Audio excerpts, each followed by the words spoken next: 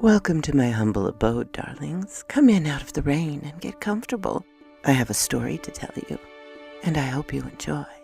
If you do, be sure to like, comment, and subscribe. The Master of the World, Chapter 14, Niagara. The hours passed, and the situation did not change. The steerman returned on deck, and the captain, descending, watched the movement of the engines. Even when our speed increased, these engines continued working without noise and with remarkable smoothness. There was never one of those inevitable breaks with which, in most motors, the pistons sometimes missed a stroke. I concluded that the Terror, in each of its transformations, must be worked by rotary engines. But I could not assure myself of this. For the rest, our direction did not change. As always, we headed towards the northeast end of the lake, and hence towards Buffalo. I wondered, did the captain persist in following this route? He could not intend to stop at Buffalo, in the midst of a crowd of boats and shipping of every kind. If he meant to leave the lake by water, there was only the Niagara River to follow, and its falls would be impassable, even to such a machine as this. The only escape was by the Detroit River, and the Terror was constantly leaving that further behind. Then another idea occurred to me. Perhaps the captain was only waiting for the night to return to the shore of the lake. There, the boat, changed to an automobile, would quickly cross the neighboring states. If I did not succeed in making my escape during this passage across the land, all hope of regaining my liberty would be gone. True, I might learn where this master of the world hid himself. I might learn what no one had yet been able to discover, assuming always that he did not dispose of me at one time or another, and what I expected his disposal would be is easily comprehended. I knew the northeast end of Lake Erie well, having often visited that section of New York State, which extends westward from Albany to Buffalo. 3 years before, a police mission had led me to explore carefully the shores of the Niagara River, both above and below the cataract, and its suspension bridge. I had visited the two principal islands between Buffalo and the little city of Niagara Falls. I had explored Navy Islands and also Goat Island, which separates the American Falls from those of the Canadian side. Thus, if an opportunity for flight presented itself, I should not find myself in an unknown district. But would this chance offer, and at heart did I desire it, or would I seize upon it? What secrets still remain in this affair in which good fortune, or was it evil fortune, had so closely entangled me? On the other hand, I saw no real reason to suppose that there was any chance of my reaching the shores of the Niagara River. The Terror would surely not venture into this trap, which had no exit. Probably she would not even go to the extremity of the lake. Such were the thoughts that spun through my excited brain, while my eyes remained fixed upon the empty horizon. And always one persistent question remained unsolvable. Why had the captain written to me personally that threatening letter? Why had he spied on me in Washington? What bond attached him to the Great Erie? There might indeed be subterranean canals which gave him passage to Lake Kirdall, but could he pierce the impenetrable forest of the Erie? No, that was beyond him. Towards 4 o'clock in the afternoon, reckoning by the speed of the Terror and her direction, I knew we must be approaching Buffalo, and indeed its outline began to show some 15 miles ahead. During our passage, a few boats had been seen, but we had passed them at long distance, a distance which our captain could easily keep as great as he pleased. Moreover, the Terror lay so low upon the water that even a mile away it would have been difficult to discover her. Now, however, the hills encircling the end of Lake Erie came within vision, Beyond Buffalo, forming the sort of funnel by which Lake Erie pours its waters into the channel of the Niagara River, some dunes rose on the right. Groups of trees stood out here and there. In the distance, several freight steamers and fishing smacks appeared. The sky became spotted with trails of smoke, which were sweeping along by a light eastern breeze. What our captain thinking of in still heading towards the port of Buffalo? Did not the prudence forbid him to venture further? At each moment I expected that he would give a sweep of the helm and turn away towards the west shore of the lake. Or else, I thought, he would prepare to plunge beneath the surface. But this persistence in holding our bow towards Buffalo was impossible to understand. At length, the henchman, whose eyes were watching the northeastern shore, made a sign to his companion. The latter, leaving the bow, went to the central hatchway and descended into the engine room. Almost immediately the captain came on deck, and joining the helmsman spoke with him in a low voice. The latter, extending his hand towards Buffalo, pointed out 2 black spots which showed 5 or 6 miles distance on the starboard side. The captain studied them attentively. Then, shrugging his shoulders, he seated himself at the stern without altering the course of the Terror. A quarter of an hour later, I could see plainly that there were 2 smoke clouds at the point they had studied so carefully. Little by little, the black spots beneath these became more defined. They were 2 long, low steamers, which, coming from the port of Buffalo, were approaching rapidly. Suddenly, it struck me that these were the 2 torpedo destroyers of which Mr. Ward had spoken, and which I had been told to summon in case of need. These destroyers were of the newest type, the swiftest boats yet constructed in the country, driven by powerful engines of the latest make. They had covered almost 30 miles an hour. It is true the Terror commanded an even greater speed, and always, if she were surrounded so that the flight was impossible, she could submerge herself out of reach of all pursuit. In truth, the destroyers would have had to be submarines to attack the Terror with any chance of success. And I know not if even in that case the contest would have been equal. Meanwhile, it seemed to me evident that the commanders of the 2 ships had been warned, perhaps by Mr. Wells, who, returning swiftly to Toledo, might have telegraphed to them the news of our defeat. It appeared, moreover, that they had seen the Terror, for they were headed at full speed towards her. Yet our captain seemed giving them no thought whatever, continued his course towards the Niagara River. What would the torpedo destroyers do? Presumably they would maneuver so as to seek to shut the Terror within the narrow end of the lake where the Niagara offered no passage. Our captain now took the helm.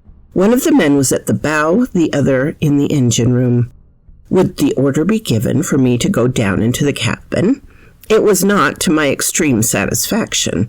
To speak frankly, no one paid any attention to me. It was as if I would not been on board. I watched, therefore, not without mixed emotion, the approach of the destroyers less than 2 miles distance. Now they separated in such a way as to hold the Terror between their fires. As to the master of the world, his manner had indicated only the most profound disdain. He seemed sure that these destroyers were powerless against him. With a touch to his machinery, he could distance them, no matter what their speed. With a few turns of her engine, the Terror would dart beyond their cannon shots. Or, in the depths of the lake, what projectiles could find the submarine? 5 minutes later, scarcely a mile separated us from the 2 powerful fighters which pursued us. Our captain permitted them to approach still closer. Then he pressed upon a handle. The Terror, doubling the action of her propellers, leaped across the surface of the lake. She played with the destroyers. Instead of turning in flight, she continued her forward course. Who knew if she would not even have the audacity to pass between her 2 enemies, to coax them after her until the hour when, As night closed in, they would be forced to abandon the useless pursuit. The city of Buffalo was now in plain view on the border of the lake. I saw its huge buildings, its church towers, its grain elevators. Only 4 or 5 miles ahead, Niagara River opened to the northward. Under these new conditions, which way should I turn? When we passed in front of the destroyers, or perhaps between them?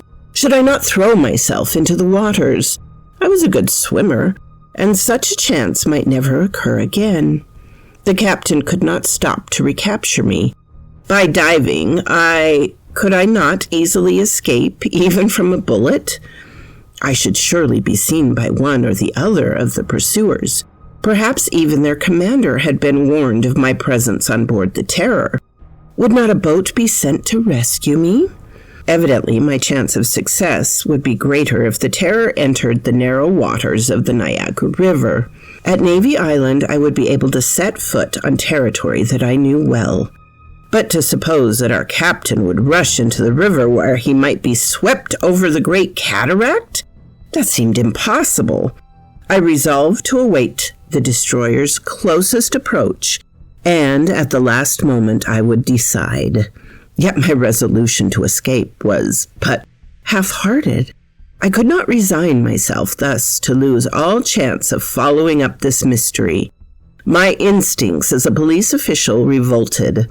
I had but to reach out my hand in order to seize this man who had been outlawed. Should I let him escape me? No, I would not save myself. Yet on the other hand, what fate awaited me, and where would I be carried by the Terror if I remained on board? It was 6:15. The destroyers, quivering and trembling under the strain of their speed, gained on us perceptibly.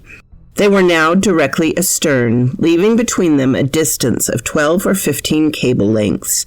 The Terror, without increasing her speed, saw one of them approach on the port side, the other to the starboard. I did not leave my place. The man at the bow was close by me, unmovable at the helm. His eyes burned beneath his contracted brow. The captain waited. He meant perhaps to finish the chase by one last maneuver. Suddenly, a puff of smoke arose from the destroyer on our left. A projectile, brushing the surface of the water, passed in front of the Terror and sped beyond the destroyer on our right. I glanced around anxiously. Standing by my side, the lookout seemed to await a sign from the captain. As for him, he did not even turn his head, and I shall never forget the expression of disdain imprinted on his visage. At this moment, I was pushed suddenly forward toward the hatch of my cabin, which was fastened above me. At the same instant, the other hatchways were closed. The deck became watertight. I heard a single throb of the machinery, and the plunge was made. A submarine disappeared beneath the waters of the lake. Cannon shots still boomed above us. Their heavy echo reached my ears. Then everything was peace. Only a faint light penetrated through the porthole into my cabin. The submarine, without the least rolling or pitching, sped silently through the depths. I had seen with rapidity and also with what ease the transformation the Terror had been made. No less easy and rapid, perhaps, would be her change to an automobile. And now, what would this master of the world do? Presumably, he would change his course, unless indeed he preferred to speed to land and there continue his route along the roads. It still seemed more probable, however, he would turn back towards the west, and after distancing the destroyer, regain the Detroit River.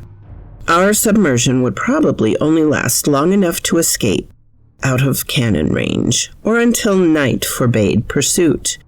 Fate, however, had decreed a different ending to this exciting chase.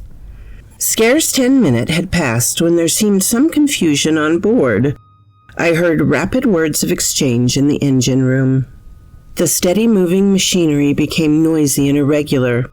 At once I suspected that some accident compelled the submarine to reascend. I was not mistaken. In a moment, the semi-obscurity of my cabin was pierced by sunlight. The Terror had risen above the water. I heard steps on the deck, and the hatchways were reopened, including mine. I sprang up the ladder. The captain had resumed his place at the helm, while the two men were busy below. I looked to see if the destroyers were still in view. Yes, only a quarter of a mile away. The Terror had already been seen, and the powerful vessels which reinforced the mandates of our government were swinging into position to give chase. Once more, the Terror sped in the direction of the Niagara River. I must confess I could make nothing of this maneuver. Plunging into a cul-de-sac, no longer able to seek the depths because of the accident, the Terror might indeed temporarily distance her pursuers, but she must find her path barred by them when she attempted to return. Did she intend to land, and if so, could she hope to outrun the telegrams which would warn every police agency of her approach? We were now not half a mile ahead. The destroyers pursued us at top speed, though being now directly behind. They were in a poor position for using their guns. Our captain seemed content to keep this distance, though it would have been easy for him to increase it and then at nightfall to dodge back behind the enemy. Already Buffalo had disappeared on our right, and a little after 7 o'clock the opening of the Niagara River appeared ahead. If he entered there, knowing that he could not return, our captain must have lost his mind. And in truth, was he not insane? The man who proclaimed himself, who believed himself master of the world. I watched him there, calm, impassive, not even turning his head to note the progress of the destroyers, and I wondered at him. This end of the lake was absolutely deserted. Freight steamers bound for towns on the bank of the upper Niagara are not numerous, as its navigation is dangerous. Not one was in sight. Not even a fishing boat crossed the path of the Terror. Even the two destroyers would soon be obliged to pause in their pursuit if we continued our mad rush through these dangerous waters. I have said that the Niagara River flows between New York and Canada. Its width of about 3/4 of a mile, narrow, as it approaches the falls. Its length from Lake Erie to Lake Ontario is about 15 leagues. It flows in a northerly direction until it empties the waters of Lake Superior, Michigan, Huron, and Erie into Ontario. The last lake of this mighty chain, the celebrated falls which occur in the midst of this great river, have a height of over 150 feet. They are called sometimes the Horseshoe Falls because they curve inward like the iron shoe. The Indians have given the name of Thunder Waters, and in truth a mighty thunder roars from them without cessation, and with a tumult which is heard for several miles. Between Lake Erie and the little city of Niagara Falls, two islands divide the current of the river. Navy Island, a league above the cataracts, and Goat Island, which separates the American and Canadian falls. Indeed, on the lower point of this latter isle stood once that Terrapin Tower, so daringly built in the midst of the plunging waters on the very edge of the abyss. It had been destroyed, for the constant wearing away of the stone beneath the cataracts make the ledge move with the ages slowly up the river, and the tower had been drawn into the Gulf. The town of Fort Erie stands on the Canadian shore at the entrance of the river. Two other towns are set along the banks above the falls, Schlosser on the right bank and Chippewa on the left, located on either side of Navy Island. It is at this point that the current, bound within a narrower channel, begins to move at tremendous speed, to become 2 miles further on the celebrated cataract. The Terror had already passed Fort Erie. The sun in the west touched the edge of the Canadian horizon, and the moon, faintly seen, rose above the mists of the south.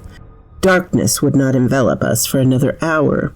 The destroyers, with huge clouds of smoke streaming from their funnels, followed us a mile behind. They sped between banks green with shade trees and dotted with cottages which lay among the lovely gardens. Obviously, the Terror could no longer turn back. The destroyers shut her in completely. It is true their commanders did not know, as I did, that an accident to her machinery had forced her to the surface, and that it was impossible for her to escape them by another plunge. Nevertheless, they continued to follow, and would assuredly maintain their pursuit to the very last. I marveled at the intrepidity of their chase through these dangerous waters. I marveled still more at the conduct of our captain. Within a half an hour now, his course would be barred by the cataract. No matter how perfect his machine, it could not escape the power of the great falls. If the current once mastered our engines, we should inevitably disappear in the gulf nearly 200 feet deep, which the waters have dug at the base of the falls. Perhaps, however, our captain still had power to turn one of the shores and flee by the automobile routes. In the midst of this excitement, what action should I take personally? Should I attempt to gain the shores of Navy Island? And if we indeed advanced that far, if I did not seize this chance, never, after what I had learned of his secrets, never would the master of the world restore me to liberty. I suspect, however, that my flight was no longer possible. If I was not confined within my cabin, I was no longer remained unwatched. While the captain retained his place at the helm, his assistant by my side never removed his eyes from me. At the first movement, I should be seized and locked within my room. For the present, my fate was evidently bound up with that of the Terror. The distance which separated us from the two destroyers was now growing rapidly less. Soon they were but a few cable lengths away. Could the motor of the Terror, since the accident, no longer hold its speed? Yet the captain showed not the least anxiety and made no effort to reach land. We could hear the hissing of the steam which escaped from the valves of the destroyers to mingle with the streamers of black smoke. But we heard even more plainly the roar of the cataract, now less than 3 miles away. The Terror took the left branch of the river in passing Navy Island. At this point, she was within easy reach of the shore, yet she shot ahead. 5 minutes later, we could see the first trees of Goat Island. The current became more and more irresistible. If the Terror did not stop, the destroyers could not much longer follow her. If it pleased our accursed captain to plunge us into the vortex of the falls, surely they did not mean to follow into the abyss. Indeed, at this moment they signaled each other and stopped the pursuit. They were scarce more than 600 feet from the cataract, and their thunders burst on the air, and several cannon shots swept over the Terror without hitting its low-lying deck. The sun had set, and through the twilight of the moon's rays shone upon us from the south. The speed of our craft, doubled by the speed of the current, was prodigious. In another moment we should plunge into the black hollow which formed the very center of the Canadian Falls. With an eye of horror, I saw the shore of Goat Island flashed by. Then came the Isles of the Three Sisters, drowned in the stray from the abyss. I sprang up. I started to throw myself into the water, in the desperate hope of gaining this last refuge. One of the men seized me from behind. Suddenly a sharp noise was heard from the mechanism which throbbed within our craft. The long gangways, folded back on the sides of the machine, spread out like wings, and at the moment when the Terror reached the very edge of the falls, she arose into space, escaping from the thundering cataract in the center of a lunar rainbow. So quoth this raven. Oh, that's the best ending to a chapter so far. Yay! If you were wondering why there were airships all through my video, this is why. Anyway, my dears, have a lovely week. What? You're still here after the whole story? I really appreciate that, darlings. Please hit the like button and subscribe if you haven't. And I always love to hear from you. Have a glorious day, my darlings.